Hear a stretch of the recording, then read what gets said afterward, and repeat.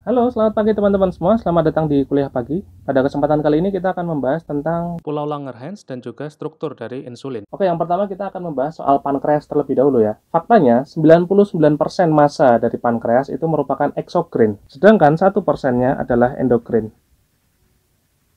Di dalam pankreas, strukturnya itu seperti ini kurang lebih. Jadi ada semacam duktus ya. Kemudian di ujungnya itu ada semacam asinus. Ini kurang lebih seperti ini ya. Nah, ini disebut sebagai acinar cell atau sel asinus. Jadi kalau diperbesar itu gambarannya seperti ini.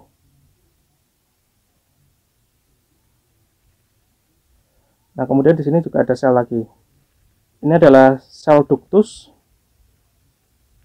Ini adalah asinar ya, sel asinar. Nah, sel ini menghasilkan enzim yang dibutuhkan oleh sistem pencernaan untuk mengolah makanan. Ini disebut kelenjar eksokrin. Itu 99% massa dari pankreas itu eksokrin. Sedangkan endokrinnya itu hanya 1% dan tersebar. Bentuknya seperti ini.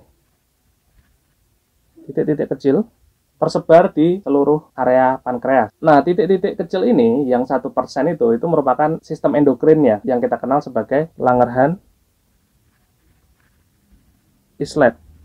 Islet itu arti bahasa Indonesianya adalah pulau yang kecil. Kalau di bahasa Indonesia kan Pulau Langerhans, tapi kalau bahasa Inggris Langerhans Islet. Islet itu maksudnya adalah pulau yang kecil. Kalau diperbesar, bentuknya akan seperti ini.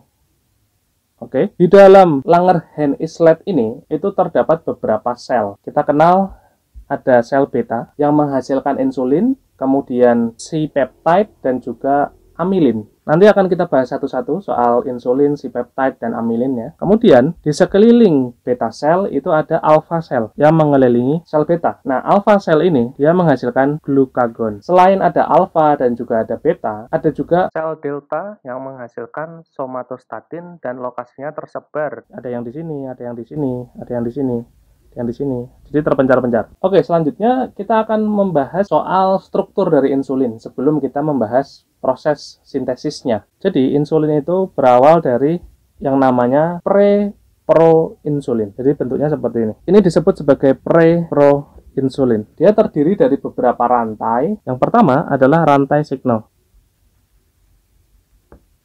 Kemudian rantai yang kedua kita sebut sebagai rantai beta. Kemudian ada rantai C atau segmen penghubung ya, yang kita sebut rantai C atau C-peptide.